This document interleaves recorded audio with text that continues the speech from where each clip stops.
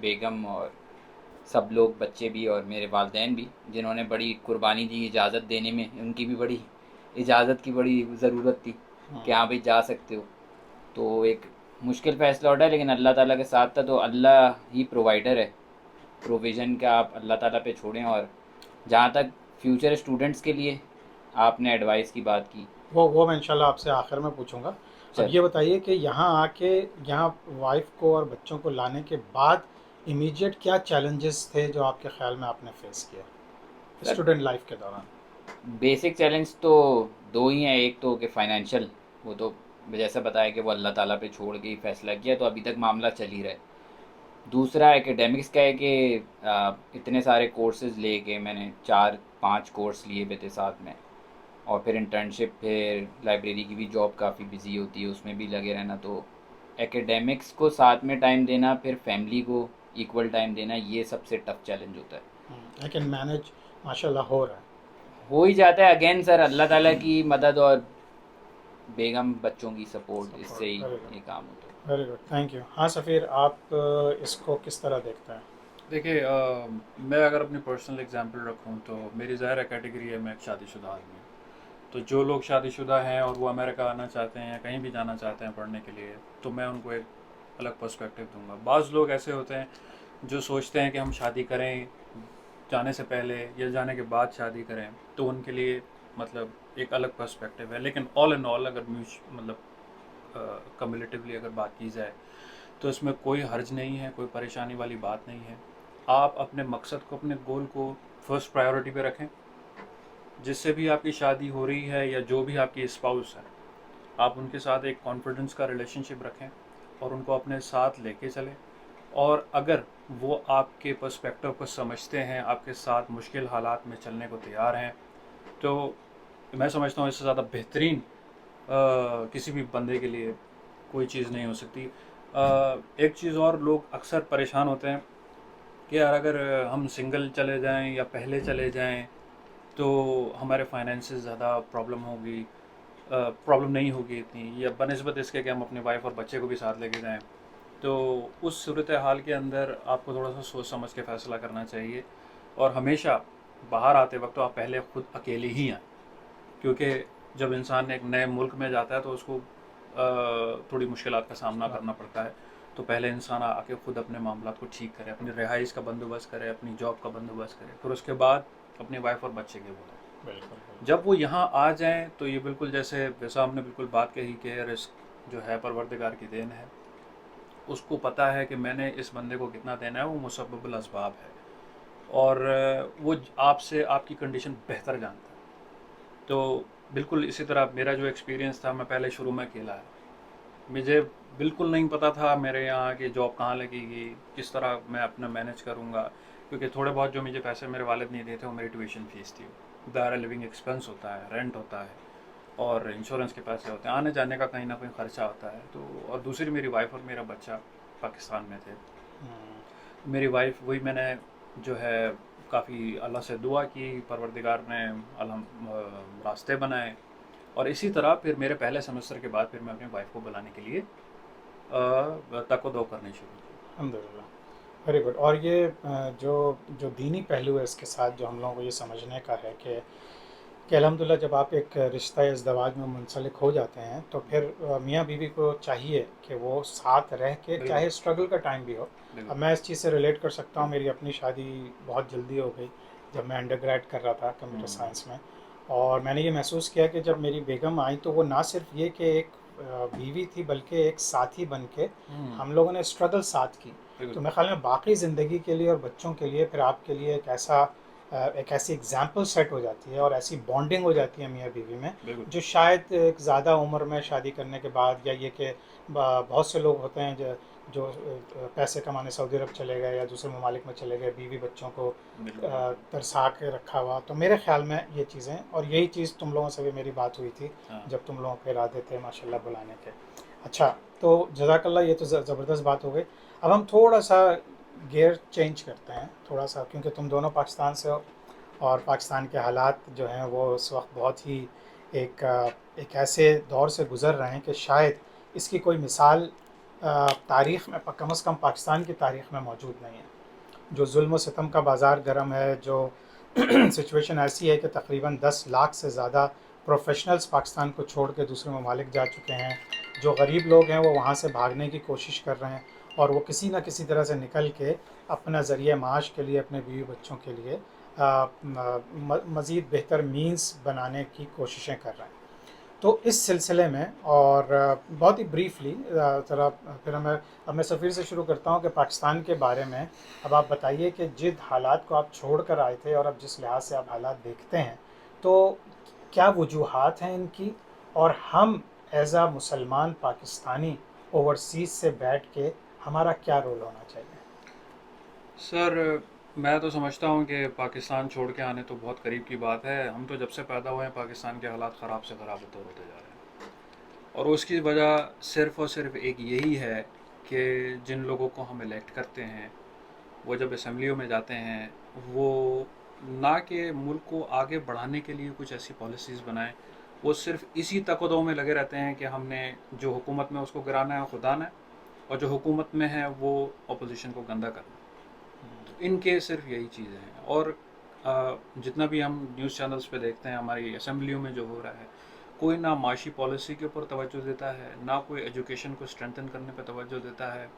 صرف اور صرف اپنی دھونس جمانا اور اپنے آگے کا پاتھ کلیئر کرنا, ایک دوسرے کے اوپر کیسز بنا کے, اس طرح کی چیزوں میں جب وہ الجھتے رہتے ہیں تو ظاہر ہے جب وقت گزرتا ہے تو چیزیں خراب ہوتی جاتی ہیں. دوسرے جتنے بھی ہمارے نیبرنگ کنٹریز ہیں, ماشاء اللہ انہوں نے اپنے ملک کی اسٹریٹجی بنائی ہے اگلے 20 سال بعد ہم کہاں ہوں گے, بالکل معاشی ترقی کی, سب چیزیں کی. تو جس طرح کہ تم نے کہا کہ یہ تو پچھلے 75 سال سے سلسلہ چل ہی رہا ہے آن اینڈ آف, لیکن آج کے جو حالات ہیں ان کے اوپر کیا واقعی یو ایگری ود می کہ اس سے پہلے یہ انپریسیڈنٹڈ ہے؟ انپریسیڈنٹڈ اس طرح سے نہیں ہے کیونکہ چیز خراب سے خراب تر ہوتی چلی گئی ہے, اور آج جو حالات ہیں وہ اتنے زیادہ خراب ہو چکے ہیں کہ میں سمجھتا ہوں اللہ تعالیٰ پر رحم کرے, بس اللہ تعالیٰ کے رحم کے اوپر ہی ہے, کیونکہ اگر اس نے انٹرفیئرنس نہیں کی تو یہ ایک ریورسیبل چیز ہے, کیونکہ ڈیمیج اتنا زیادہ ہو چکا ہے کہ اب پاکستان جو ہے آئی تھنک 75 سال سے بھی پہلے ہی چلا گیا ہے. دن رات بھی اگر محنت کریں, دن رات کام کریں, تب بھی شاید پاکستان اتنی اس دلدل سے شاید نہ نکل پائے جو کہ اس وقت حالات ہو چکے ہیں. اور آج افسوس کے ساتھ کہنا پڑتا ہے کہ یہ لوگ آج بھی سیریس نہیں ہیں, وہی حرکتیں کر رہے ہیں, وہی پالیسیز بنا رہے ہیں, جس کا کوئی فائدہ نہیں ہے. اسی وجہ سے آپ نے ابھی ریسنٹلی واقعہ ہوا ہے کہ کچھ پاکستانی بیچارے جو ہیں ڈنکی لگا کے اٹلی جا رہے تھے, پریشان حال لوگ ہیں, غریب لوگ تھے, چاہتے ہیں کہ ہم کسی دوسرے ملک جا کے روزگار محنت کریں. کیا ہوا, ڈوب گئے. جو گریس سے سیریا کی طرف شپ جا رہا تھا. بالکل بالکل بالکل. ہاں وہ تو بہت افسوسناک واقعہ ہے, بالکل صحیح کہا تم نے. اور اصل میں پاکستان میں جو ریسنٹ حالات ہیں نا, وہ میرا تجزیہ یہ ہے کہ آف کورس انپریسیڈنٹڈ ہیں, کیونکہ اتنا ظلم و ستم جو آج کل ہو رہا ہے میرے خیال میں اتنا پہلے کبھی نہیں ہوا, حکومتی لحاظ سے یا ہمارے وہ ادارے, طاقتور ادارے یا اسٹیبلشمنٹ کے لحاظ سے وہ چیزیں انپریسیڈنٹڈ ہیں. تو وسام, یہی سے سوال کو میں آپ کے پاس رکھوں گا کہ آپ ان چیزوں کو کیسے دیکھتے ہیں کہ پاکستان کے جو حالات ہیں وہ یقیناً ہم سب جانتے ہیں 75 سال سے بہت برے چل رہے ہیں, لیکن کیا واقعی اب حالات اتنے بگڑ چکے ہیں کہ نا امیدی کی فضا بننے لگی ہے؟ سر اب اس کے دو پہلو ہیں, ایک آئیڈیالوجیکل, ایک آپ کی سوچ ہے, ایک ورژن ہے, اور ایک پریگمیٹک ہو کے سوچیں کہ اس کا عملی کیا اس کا راستہ نکل سکتا ہے. تو آئیڈیالوجیکل تو یہ ہے کہ سر بالکل پڑھائی کے لیے آپ باہر آئے, امریکہ آئے, تعلیم حاصل کی, اس لیے کہ آپ اپنے ملک کو فائدہ پہنچائیں گے. جس طرح آپ نے کہا اوورسیز پاکستانیوں کی کیا ذمہ داری پہنچتی ہے, تو ایکیڈیمکس میں آگے لے کے جانا ہے, ریسرچ میں آگے لے کے جانا ہے, یا صرف فائنینشیل سپورٹ ملک کی کرنی ہے بیٹھ کے. تو آئیڈیالوجی کی جب ہم نکلے تھے اپنے والدین سے, ہم نے یہی بات کی تھی کہ 2-3 سال کا ایک بریف اسٹنٹ ہے سارٹ آف, جس میں ہم جائیں گے اور تعلیم حاصل کریں گے, تھوڑا ایکسپیرینس حاصل کریں گے, پھر واپس آئیں گے. کیونکہ والدین بھی اس عمر کے اس پہ ہیں کہ وہ کہتے ہیں کہ ہمارے کچھ ہی ٹائم باقی ہے بیٹا, اس وقت میں ہمیں چھوڑ کے جا رہے ہو ایسے نازک ٹائم میں. لیکن سوچ کے تو ہم یہی آئے تھے, نیت سے بھی یہی آئے تھے. 6 مہینے بعد پاکستان واپس جانے کا, والدین سے ملنے کا, بچے بیگم واپس وہیں تھے, ان سے ملنے کا جب فیصلہ کیا تو گیا. تو میں اپنے پرانے جتنے پروفیشنل جتنے کولیگس تھے ان سے ملاقات کی, تو سب کی ایک زبان رائے یہ تھی کہ بھائی کسی بھی طریقے سے واپس نہیں آنا. حالات بہت بگڑ چکے ہیں. اب میں جس جگہ پہ تھا, میں پچھلی DHA میں ریزیڈنٹ انجینئر پوسٹ پہ تھا, تو سیمی گورنمنٹ آرگنائزیشن ہے, اچھی اسٹیبل جاب تھی. اور جب میں چھوڑ رہا تھا تو مجھے اسلام آباد سے آفر آئی تھی. 18 پروجیکٹ ہے, ایجپشن پروجیکٹ ہے, بہت بڑا اسکیل پہ کام ہو رہا ہے. وہاں سے ہی مجھے ریزیڈنٹ انجینئر کی آفر آئی تھی اور ایکسپونینشیل گروتھ تھی وہاں پہ. لیکن انہی لوگوں کو جب واپس سے میں نے کانٹیکٹ کیا ہے 6 مہینے بعد, تو ان کی ایڈوائس ایک دم اپوزٹ تھی جو انہوں نے 6 مہینے پہلے دی تھی. وہ کہہ رہے تھے کہ بھائی کچھ بھی کرو, واپس آنے کی سوچنا نہیں. تو آبویسلی ہماری تو آئیڈیالوجی یہی تھی کہ جانا ہے واپس, ہر کچھ کرنا ہے. لیکن لوگوں کی رائے سن کے جو فیس کر رہے ہیں, جو ڈیلی وہاں پہ, اور پچھلے 6 مہینے میں نہیں, آپ اتنا ڈراسٹک چینج ہے کہ جب میں آیا تھا تو میں نے کوئی $195 پہ ڈالر لیے تھے, اور ودن ابھی سال بھی نہیں ہوا ہے مجھے, اور وہ اٹھ کے 300 تک جا چکا ہے. تو ڈیلی لیونگ ایکسپینس لوگوں سے افورڈ نہیں ہو پا رہا ہے. تو اس حالات میں آئیڈیالوجیکلی کچھ اور ہے, اور پریکٹیکل ہے یا نہیں ہے. بالکل صحیح. یہ تو میں ایک چیز ایڈ کرنا چاہوں گا, جو بھائی نے بات کی کہ پڑھے لکھے بندے کے لیے جو کہ کسی بڑی اچھی یونیورسٹی سے اچھے خوابوں کے ساتھ محنت کرتا ہے, ایک اعلیٰ تعلیم حاصل کرتا ہے اور معاشرے میں جا کے سرو کرتا ہے, تو اس کو جابس کے مواقع ملنا آج کل بہت زیادہ کم ہو چکا ہے. چلیں ایک وہ فیکٹر ہے, اگر آپ اس کے ساتھ بھی سروائیو کر لیں, بندہ سروائیو کر سکتا ہے. اصل مسئلہ اس وقت یہ ہو گیا ہے کہ انسان, نہ آپ کی جان, نہ آپ کی عزت, نہ آپ کا گھر, کوئی چیز محفوظ نہیں ہے. اور لوگوں میں اتنا خوف و ہراس ہے کہ اگر آپ کوئی کسی بڑی گورنمنٹ پوزیشن پہ یا کوئی بیوروکریسی میں اگر آپ نہیں ہیں, یا کسی فوج سے آپ کا تعلق نہیں ہے, عدلیہ سے آپ کا تعلق نہیں ہے, تو آپ اتنے ولنریبل ہیں کہ کوئی بھی آپ کے ساتھ کچھ بھی کر سکتا ہے اور آپ کی کوئی آواز نہیں ہے, آپ کو کوئی بچانے والا نہیں ہے. یہ ایک انتہائی خطرناک بات ہے. بالکل. میرے بہت سارے دوست کراچی میں ایسے ہیں جو بیچارے اچھے پڑھے لکھے لوگ ہیں, مگر یہ ایک متوسط طبقے سے ان کا تعلق ہے. ماں باپ محنت کرتے رہے, بوڑھے ہو گئے, آج ان کے بچے پڑھ لے کے چھوٹی موٹی نوکریاں کر رہے ہیں, مگر یہ گزر بسر چل رہا ہے. لیکن وہ ڈرتے ہیں, وہ کہتے ہیں کہ ہم موٹر سائیکل پہ اپنی فیملی کو باہر لے جاتے ہوئے 150 دفعہ سوچتے ہیں کہ کوئی گاڑی والا ہمیں ٹکر نہ مار دے, کوئی بدماشی نہ کرے آ کے, کوئی پولیس والا بدتمیزی نہ کرے, کیونکہ ہمارا رکھوالا کوئی نہیں ہے. تو یہ سب سے بڑی ریزن ہے کہ بہت بھاری تعداد میں جو ینگ جنریشن ہے, جو پڑھے لکھے لوگ ہیں, وہ اسپیڈ سے پاکستان سے نکل رہے ہیں. بالکل بالکل. اور یہ تو ایک سمجھیں ایک پرابلم کی, آپ لوگوں نے پرابلم کا ذکر کیا, تو اب ہم تھوڑا سا یہ پروگرام کے اینڈ سے پہلے ایک سلوشن کی طرف تھوڑا سا سوچتے ہیں کہ آئیڈیولوجیکل سلوشن تو صرف اسی وقت آئے گا, کوئی ملے گا ہمیں, جب کہ ہمارے پاس کوئی, ہمیں لیڈر کا ویٹ تو نہیں کرنا چاہیے کہ عوام اپنا کوئی رول ہی پلے نہ کرے. ہمیں تو ہر بحیثیت انسان, بحیثیت مسلمان, ہمیں اپنا رول ہر وقت پلے کرتے رہنا چاہیے. لیکن بہرحال جب جو عام عوام ہوتی ہے اس کے لیے کسی لیڈرشپ کی بہت شدید ضرورت ہوتی ہے, اور پھر آئیڈیولوجیکل چینج وہیں سے زیادہ تر آتے ہیں. اچھا, اب جو فائنینشیل ایشوز ہیں, جو پاکستان کے اس وقت فائنینشیل ایشوز ہیں, اور ان میں پھر آپ لوگوں کا یہاں پہ آ کے سروائیو کرنا, تو وسام آپ سے لوگوں نے یہ کہا تھا کہ بھئی جانا تو پھر واپس نہیں آنا, تو یہ پچھلے 6 مہینے میں, سال بھر میں, کیا یہ پختہ ہو گیا خیال کہ واقعی وہ صحیح کہہ رہے تھے, یا اب تمہارا تھوڑا ڈفرینس سوچ ہے؟ نہیں سر, نیت تو ابھی بھی یہی ہے کہ انشاءاللہ واپس ہی جائیں گے, بھلے 1-2 سال یہاں تھوڑا انٹرنشپ وغیرہ کر کے, تھوڑا ایکسپیرینس کیٹر کر کے, تاکہ اگر ایکسپیرینس یہاں کا ہوگا تو آبویسلی میرا پہلے بھی GCC کا ایکسپیرینس ہے گلف کنٹریز کا, تو وہ ایک اور ایکسفل ہونے کی ایک اور قریبی راستہ ہے.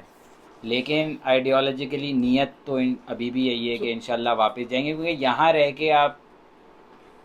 کے آپ وہ ڈفرینس نہیں کریٹ کر سکتے. پھر اصل چیز جو میرے لیے امتحان ہے, وہ یہاں پہ بچوں کا ایمان کا تحفظ ہونا بڑا مشکل کام ہے. تو اس کے حساب سے بھلے فائنینشیل ایک اسٹرین برداشت کر لیں, لیکن کوشش یہ ہوگی کہ تھوڑا سا میں آپ کی اس بات کو آگے بڑھاؤں گا کہ آپ نے کہا کہ بچوں کے ایمان کا تحفظ بہت مشکل ہے.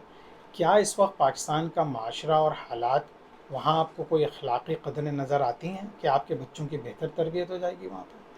سر جو بات ہے کہ مدارس، آپ کے گھر کے ماحول اور جو تدریسی جتنے بھی آپ کے انسٹیٹیوشنز ہیں، اس کی اگر سلیکشن صحیح کی جائے تو ہم بھی کانوینٹ اسکول کے پڑھے ہوئے ہیں، لیکن انہی کانوینٹ اسکول نے ہمارے بلیف اور کلچر سسٹم بڑا اچھا اس لیکن نے دیکھیے انکلکیٹ کیا. وہ ایک مختلف وقت تھا.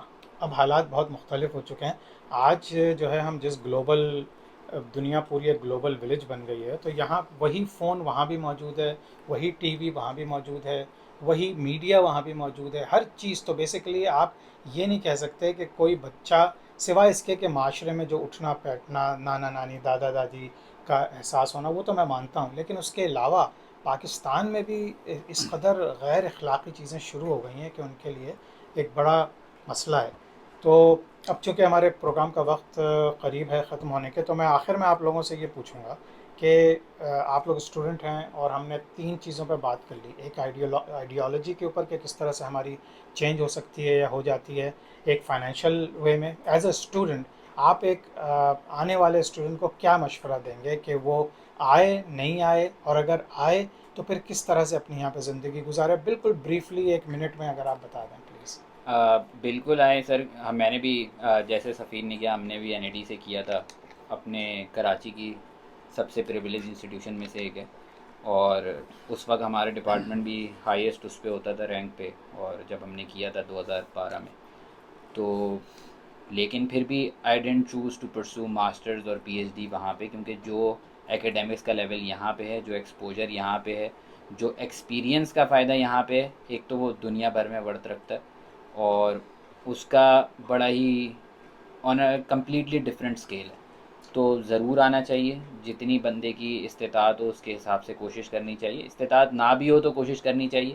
یہاں بھی الحمدللہ اسکالرشپ ہمیں مل گئی سر، تو ہو ہی جاتا ہے، راستہ نکل جاتا ہے. نیت ہونی چاہیے، بالکل آنا چاہیے. میری طرف سے یہ مشورہ ہوگا. Good message. سفیر آپ کا میسج کیا ہے؟ میں تو یہ کہوں گا کہ بھائی اپنی پروفائل جتنی بہتر سے بہتر بنا سکتے ہو اور جتنا جلد سے جلد اپلائی کر سکتے ہو نکلو وہاں سے، کیونکہ یہاں پہ آپ کو پڑھنے کی نیت سے آئیں. امپورٹنٹ چیز یہ ہے آپ یہاں آگے پڑھیں، پروفیشنل تعلیم حاصل کریں، پروفیشنل ایکسپیرینس حاصل کریں، اپنا نام بنائیں، کیونکہ پاکستانی یوزولی کافی محنتی قوم ہوتی ہے، اور ہمارے یہاں بڑے برائٹ مائنڈز ہیں جو بڑی محنت کر رہے ہیں. اگر وہ اپنا یہاں پہ آ کے انپٹ دیتے ہیں تو ان کو بہت زیادہ سراہا جائے گا. اور دوسری بات یہ کہ ہر انسان کا یہ حق ہوتا ہے کہ وہ اپنے گھر کے لیے، اپنی فیملی کے لیے ایک اچھا ماحول چوز کرے، اپنے آپ کو وہاں لے کے جائے اور وہاں اپنا گھر بسائے اور اپنی فیملی کو آگے لے کے چلے. ہمارے رسول اللہ نے ہجرت کی ہے، تمام صحابہ وغیرہ جو تھے انہوں نے بھی الگ الگ جگہوں پہ اپنا دین کو لے کے گئے، ہجرت کیا. اللہ تعالیٰ کی زمین ہے، اس میں کوئی یہ میں ان چیزوں کو بہت اچھا نہیں سمجھتا ہے جو لوگ پیٹریوٹزم کے اوپر آ کے جو ہے بلا وجہ اپنا سوسائڈ کرنے کی طرف جاتے ہیں. یہ ایک انتہائی بیوقوفانہ چیز ہے. اللہ نے آپ کو رزق دیا ہے، اللہ نے آپ کو علم دیا ہے، آپ فردر علم حاصل کرنے کے لیے جہاں جا سکتے ہیں آپ جائیں. پوری زمین آپ کی ہے، پوری زمین دنیا آپ کی ہے. چلیں، جزاک اللہ. بہت اچھا آپ دونوں نے میسج دیا، اور ہمارا مقصد بھی پاک ٹاک میں یہی ہے کہ ہم پاکستان کے متعلق بات کریں گے اور اپنے نئے آنے والے اسٹوڈنٹس کو ہم کوئی نہ کوئی میسج دیں گے. تو بہت شکریہ وسام علی آج آپ کا ہمارے ساتھ پروگرام میں شامل ہونے کا. اور سفیر، میں سمجھتا ہوں میرا ہر ولاگ میں پھر ایک پیغام ہوتا ہے، ایک میسج ہوتا ہے، جو کہ آپ لوگوں کے اوپر ہے کہ آپ لوگ اس کو کتنا امپورٹنٹ لیتے ہیں. لیکن آپ لوگ جہاں بھی رہیں، ہمارے پاکستان سے آپ پڑھنے کے لیے امریکہ آئیں، انگلینڈ جائیں، آسٹریلیا جائیں، دنیا کے میں کہیں بھی جائیں، اور اگر آپ وہاں پاکستان میں اپنی فیملی کو ریز کرنے کی یا تو صلاحیت نہیں رکھتے، یا یہ کہ آپ سمجھتے ہیں کہ ان کو سیکیورٹی تھریٹس ہیں، تو پھر آپ جہاں بھی رہیں لیکن اپنے دین کے لیے، اپنے پاکستان کے لیے اپنا ایک رول پلے کرتے رہیں. کیونکہ آج جو ہم یہاں 3 بیٹھے ہوئے ہیں، ہم بھی ایک رول پلے کر رہے ہیں. ہم اپنے پاکستانیوں سے مخاطب ہیں، اپنے مسلمانوں سے مخاطب ہیں، اور ہم یہ کوشش کر رہے ہیں کہ کسی طرح سے وہ پیغام جو ایک جنرل پبلک میں ہے، کیونکہ آپ بڑے بڑے جرنلسٹ کے پروگرام دیکھ لیتے ہیں، آپ بڑے بڑے اسکالرس کے پروگرام دیکھ لیتے ہیں، لیکن میرا مقصد یہ ہے انشاءاللہ تعالیٰ کہ یہاں سے آپ کو ایک عام آدمی کا پرسپیکٹیو ملے، ایک عام اسٹوڈنٹ کا پرسپیکٹیو ملے، جو کہ ہمارا فیوچر ہے، اور جس سے پاکستان کو انشاءاللہ تعالیٰ آگے اللہ کرے کہ بہت بہتری ہو، اور اس میں کوئی شک نہیں کہ نا امیدی گناہ ہے، تو ہمیں امید رکھنی چاہیے. اور انشاءاللہ تعالیٰ پھر میں کسی طرح سے کچھ اور دوستوں کے ساتھ آپ کے ساتھ دوبارہ حاضر ہوں گا. اس وقت تک کے لیے اجازت دیجیے. اللہ حافظ.